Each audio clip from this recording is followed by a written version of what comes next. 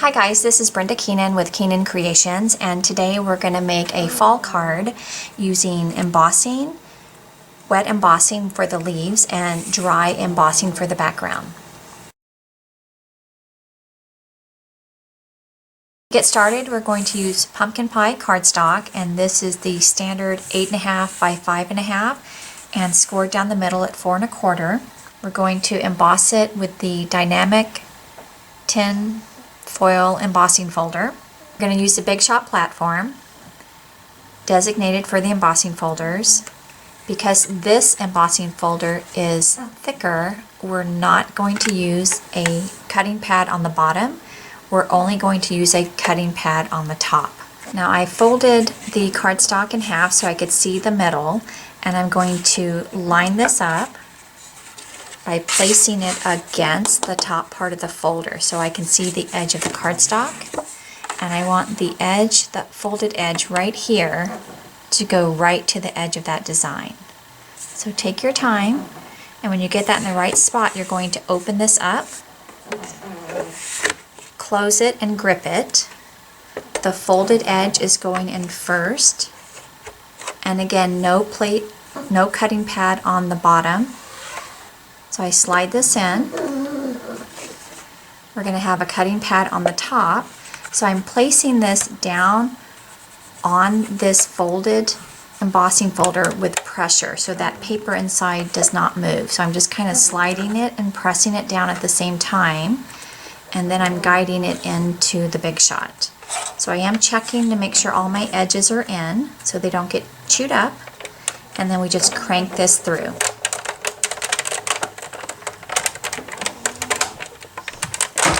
Now I'm going to go back again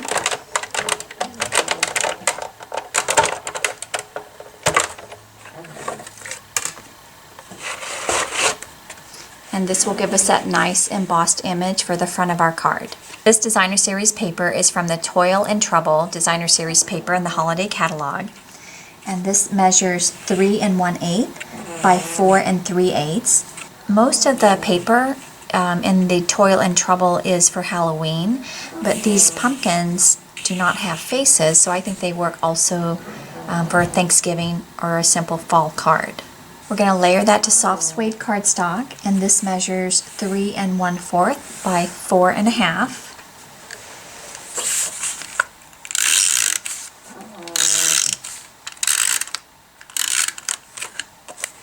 And I'm going to hold this up so I can better center it on the cardstock. So I'm looking at 1, 2, 3 of the 4 sides, and I'm setting this down but not pressing until I think that looks about right.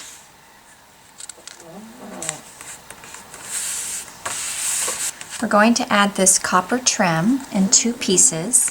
So one piece is going to go straight around. Just go ahead and put adhesive around the back.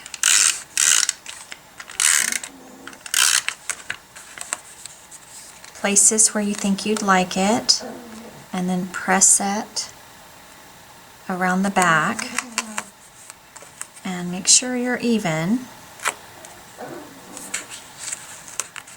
And you can kind of check too by using your grid paper, and I can see that actually looks pretty even. So see that dark line there and the dark line here, and this is lined up here. So I'm going to add more tape to the back so that ribbon doesn't come undone.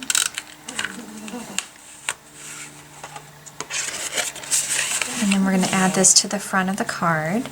Now on this card, I think I may actually scoot it over to the left, but I do want it centered more top to bottom. This will allow me more room for my greeting, which is going to extend outside the edge a little bit. Now we're going to tie a simple knot.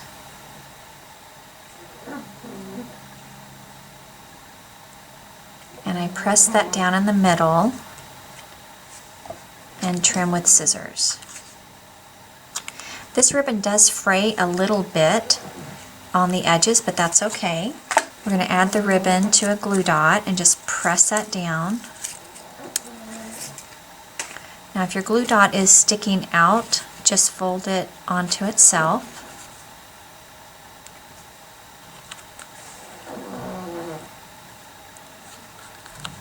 I think I'm going to trim a little bit more of this ribbon too.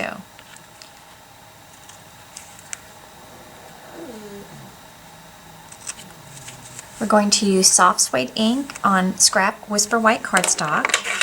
The greeting is from the Country Home stamp set. We're going to use one for the outside and one for the inside.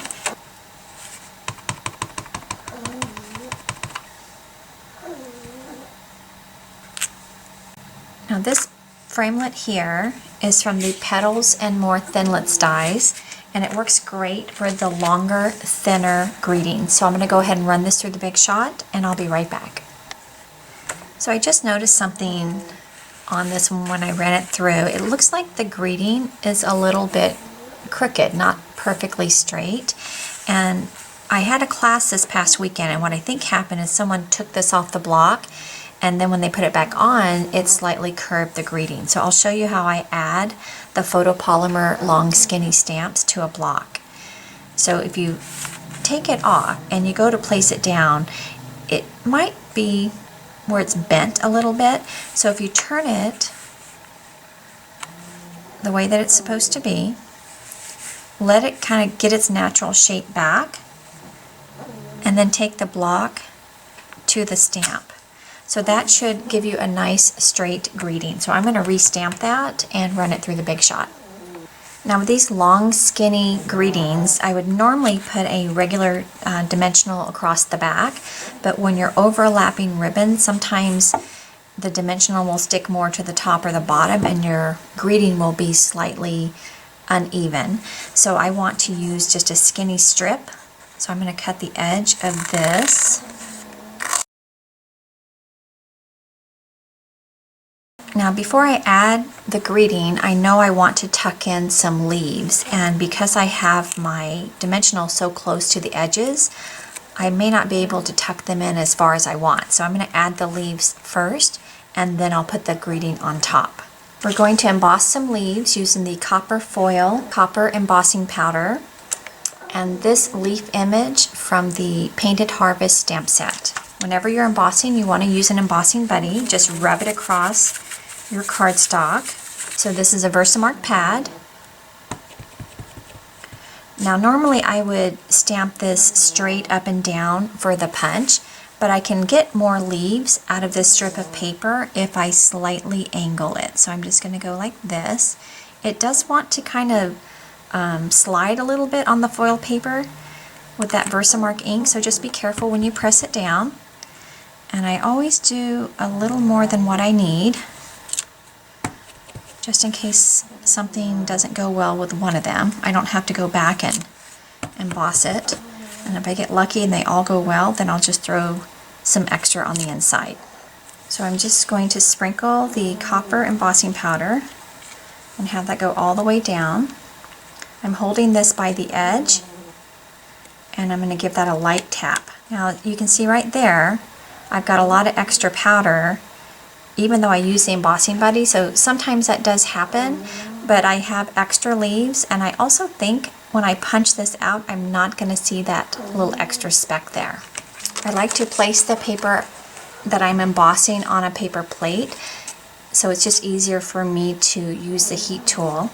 When I'm embossing, I hold the heat tool straight up and down, about a couple of inches from the paper, and I do not do a lot of wiggling. I just hold it in one place, and I move slowly once it starts to melt.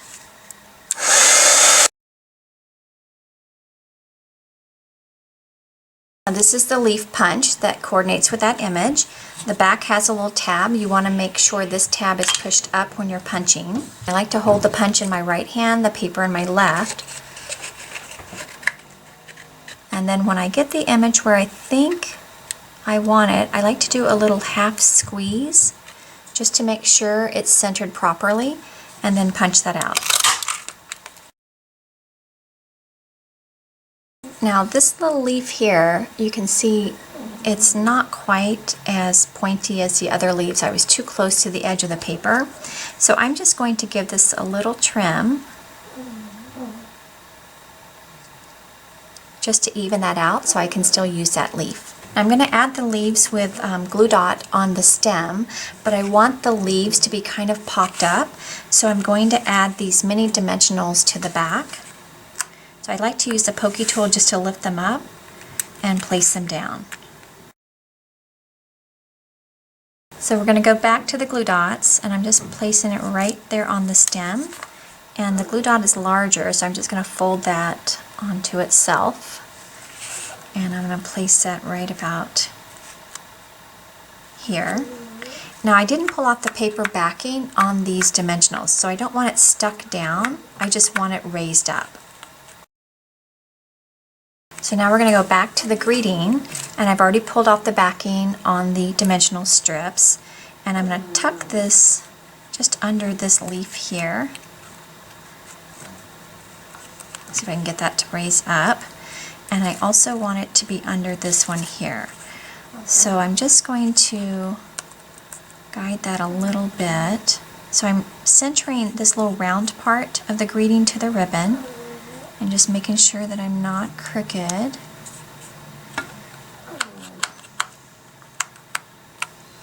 Now see how the edge here is kind of dipping down? I want that to be more raised up. So I'm going to go back to this little dimensional, and I'm just going to slip that under here just to add a little more support. And the same thing for this one here. So for the inside of the card, we're going to stamp the greeting in soft suede.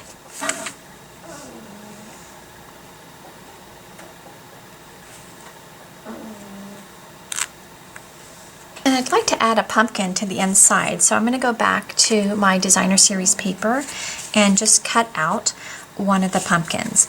Now you don't have to discard the pumpkins that are partial, so most people would tend to cut these out and add it to the inside of the card, but you can actually use the ones that have a partial image. Now I do like to use my paper snips, and I leave a little white border around the edge, and I tend to turn the paper more than the scissors. It'll give you a smoother cut.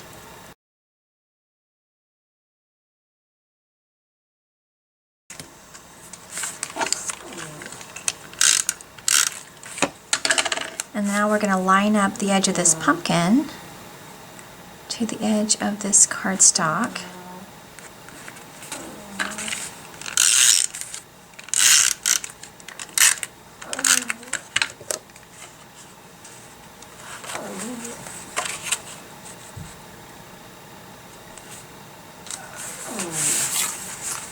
For the inside.